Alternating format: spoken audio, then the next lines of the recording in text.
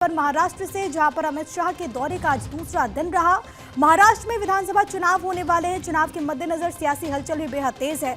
BJP के गठबंधन महायुति में सीटों को लेकर क्या समीकरण तैयार होगा, इस पर मंथन के लिए अमित शाह महाराष्ट्र के दौरे पर हैं। विधानसभा चुनाव की तारीख की घोषणा से पहले अमित शाह का ये दौरा बेहद अहम माना जा रहा है, क्योंकि इस दौरान अमित शाह विधानसभा चुनाव की तैयारियों की समीक्षा कर रहे हैं और लगातार मीटिंग्स पर मीटिंग्स हो रही है।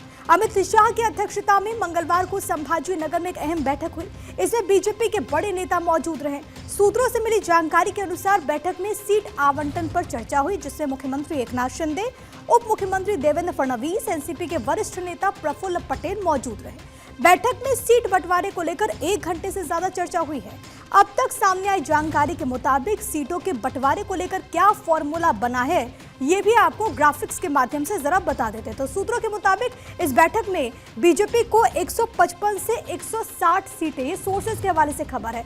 इसके अलावा महायुति में एक और पार्टी यानी कि शिवसेना एकनाथ शिंदे वाली, उनको 80 से 85 सीटें मिल सकती है। इसके अलावा अजीत पवार की पार्टी एनसीपी को 55 से 60 सीटें देने पर विचार किया गया है।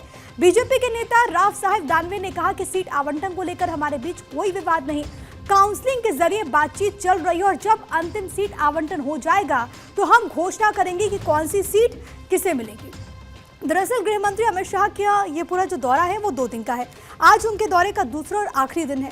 इन 2 दिनों में अमित शाह महाराष्ट्र विधानसभा चुनाव की तैयारियों का जायजा ले रहे हैं। वो पार्टी के अलग अलग बैठकों में हिस्सा भी ले रहे हैं। उनका ये पूरा कार्यक्रम बेहद ज्यादा महत्वपूर्ण है। देखिए, अगर आज की बात करें तो नासिक में उत्तर महाराष्ट्र संभाग के पार्टी पदाधिकारियों के साथ उन्होंने बैठक की। इस दौरान अमित शाह ने विधानसभा चुनाव को लेकर के तैयारियों का जायजा भी लिया। इसी बीच अमित शाह ने महाराष्ट्र में क्षेत्रवार स्थानीय मुद्दों को समझा, जानने की कोशिश की।